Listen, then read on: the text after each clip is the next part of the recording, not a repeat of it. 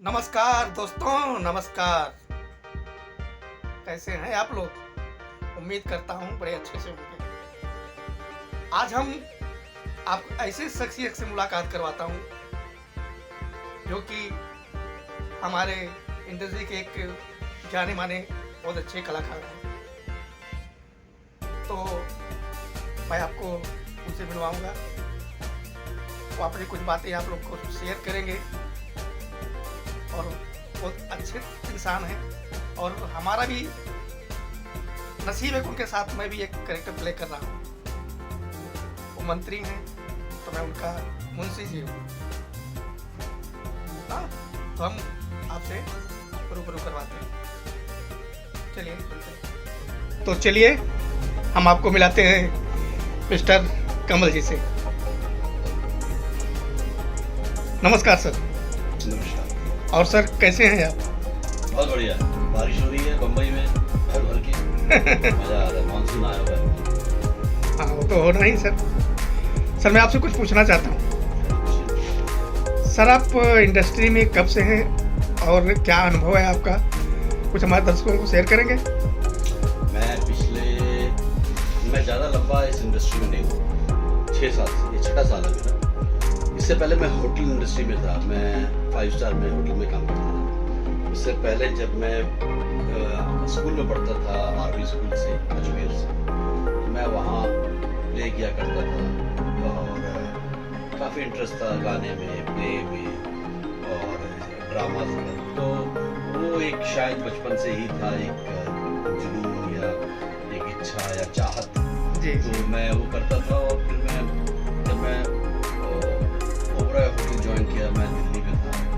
शाम को हम लोग मंडी हाउस में प्ले किया करते थे, जाते थे। M.K. रैना एक काफ़ी पुराने डायरेक्टर है NSD से, पास आउट है, और उनके साथ हमने प्ले किया, प्रयोग ग्रुप में। बस वही था। उसके बाद फिर हमारा शायद मैंने सोचा जिंदगी में कभी नाटक नहीं कर पाऊंगा या प्ले नहीं कर पाऊंगा, एक्टिंग नहीं कर पाऊंगा। फिर हमारा छूट गया। फिर वहाँ से हमने होटल इंडस्ट्री में लगे थे।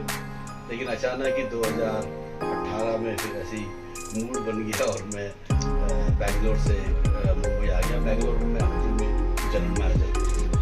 जी।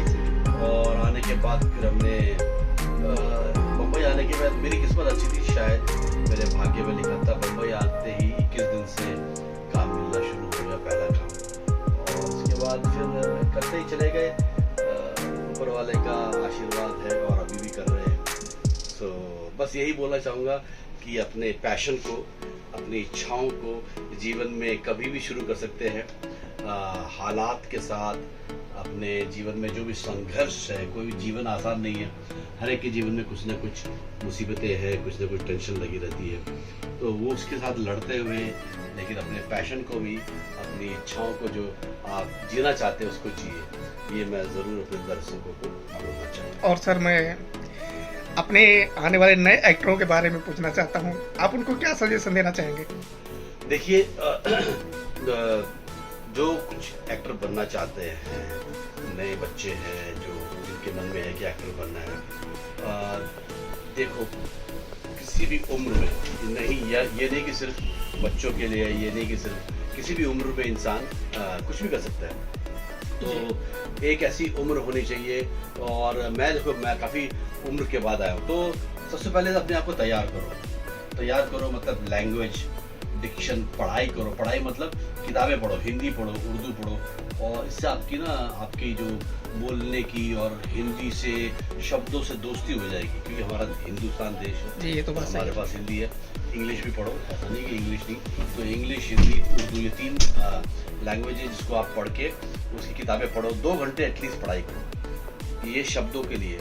और कई लोगों को मैं ये बोलूँगा कि जैसे कई लोग तेज बोलते हैं, कोई लोग स्लो बोलते हैं, उसके लिए भी कुछ एक्सरसाइजेज हैं, वो करो। एक्टिंग की ट्रेनिंग थोड़ी सी सीखो। आजकल काफ़ी ऑनलाइन भी मिल जाती है, यूट्यूब पे काफ़ी। लेकिन जो एक 1 to 1 किसी टीचर को लेके 2-3 महीने का क्लास अटेंड करो, फिर अपने अंदर से जो नेगेटिविटी है वो निकालो। और आजकल की एक्टिंग पहले वाली नहीं, अब तो अभी आजकल के ज़माने की एक्टिंग है। मतलब नॉर्मल, जैसे मैं बात कर रहा हूँ आप लोगों से, वही एक्टिंग है। जी। देखिए, जब कैमरा लाइट ऑन होता है, हम लोग जब आपस में बात करते हैं तो एक यार दोस्त या माँ बाप या भाई बहन तो एक नॉर्मल बातें करते हैं हम, थोड़ी एक्टर अरे मैं ये कर दूंगा ऐसा नहीं करते ना। अपना जैसे मैं आपसे बात कर रहा हूँ, रूबरू हो रहा हूँ, वैसे ही बात करते हैं। लेकिन जब लाइट्स कैमरा एक्शन होता है फिर हम लोग बदल जाते हैं, नर्वस हो जाते हैं, घबरा जाते हैं। तो वो सब चीज़ें एक्टिंग जब आप प्रैक्टिस करेंगे, और प्रैक्टिस मेक्स मैन परफेक्ट, तो आप प्रैक्टिस कीजिए हर चीज़ में। परफेक्शन कोई भी माँ के पेट से कोई सीख के नहीं आता, मतलब सीख के नहीं आता। हम सब कुछ, एक रॉकेट साइंटिस्ट है, हवाई जहाज उड़ा रहा है, फाइटर पायलट उड़ा रहा है, वो थोड़ी कि मतलब कि वो लोग जाके एक दिन में सीख गए, नहीं। वक्त लगता है, ट्रेनिंग होती है, हर चीज़ की ट्रेनिंग होती है। ये तो बात सही है। हाँ, तो हर चीज़ में ट्रेनिंग में तो कोई एक्टर बनना कोई मुश्किल काम नहीं है। लेकिन और कुछ भी बना, डॉक्टर है वो भी तो पढ़ते हैं, इतने सालों साल पढ़ने के बाद जाके डॉक्टर्स बनते हैं, और जिनके भगवान के बाद उन्हीं का नंबर आता है। तो सब कुछ प्रैक्टिस से है, सब कुछ पढ़ने से है, सब कुछ मेहनत करने से। अच्छा सर, फिल्म इंडस्ट्री में आपका अनुभव कैसा रहा? फिल्म इंडस्ट्री में अनुभव बहुत अच्छा रहा मेरा, और मैं अच्छे लोगों से मिला हूँ, और शायद मेरी किस्मत अच्छी थी कि मैं अच्छे अच्छे लोगों से मिला।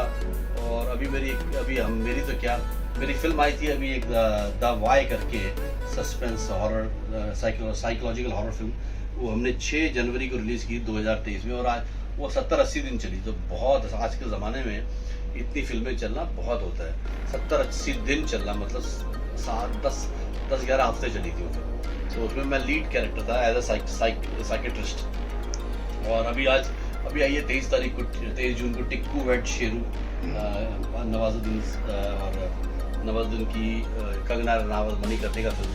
उसमें मेरा नवाज भाई के साथ सीन है। तो छोटे मोटे काम कर रहे हैं अभी, हम भी किसी दिन बड़े एक्टर बनेंगे। जरूर बनेंगे सर। ना।